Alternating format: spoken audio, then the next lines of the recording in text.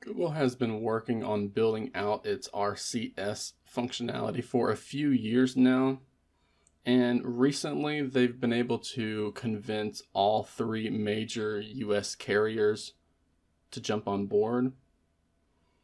However, in doing so, they've created a bit of an issue with people who are switching phones, and today I'm going to show you the couple of workarounds to fix that.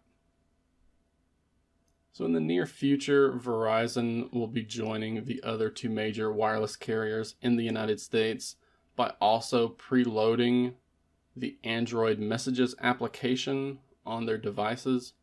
Not only that, but they will be making it the default text application. This switch is going to introduce a number of new features to the text messaging application, such as being able to send and receive said messages over Wi-Fi, seeing typing indicators, and more. However, once enabled, if you switch a phone without disabling the feature, then it could cause some interruptions whenever you enter your SIM card in the new phone and start using it. So Google has created a website to first remind people how to turn off the chat feature in its messaging application. We can do that by opening up the Messages application, tapping the three-dot menu at the top right so we can go into the settings, selecting the Chat Features option, and then tapping this toggle right here for the Enable Chat Features. Once we turn this off, it will disable RCS for this phone.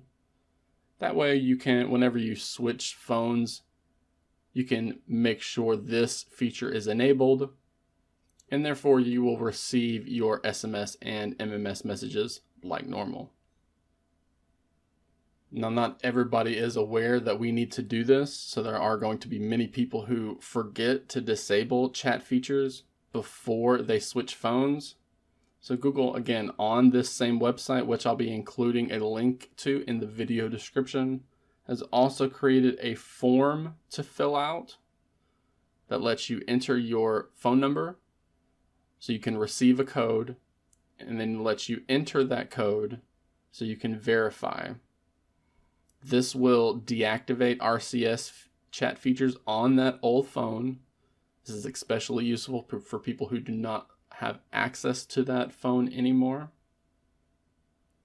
Now we're told that even after you verify this and go through this process, you could still face a little bit of a delay for the system to fix everything and deactivate that older device. But that is the two ways that you can disable chat features on your Android device.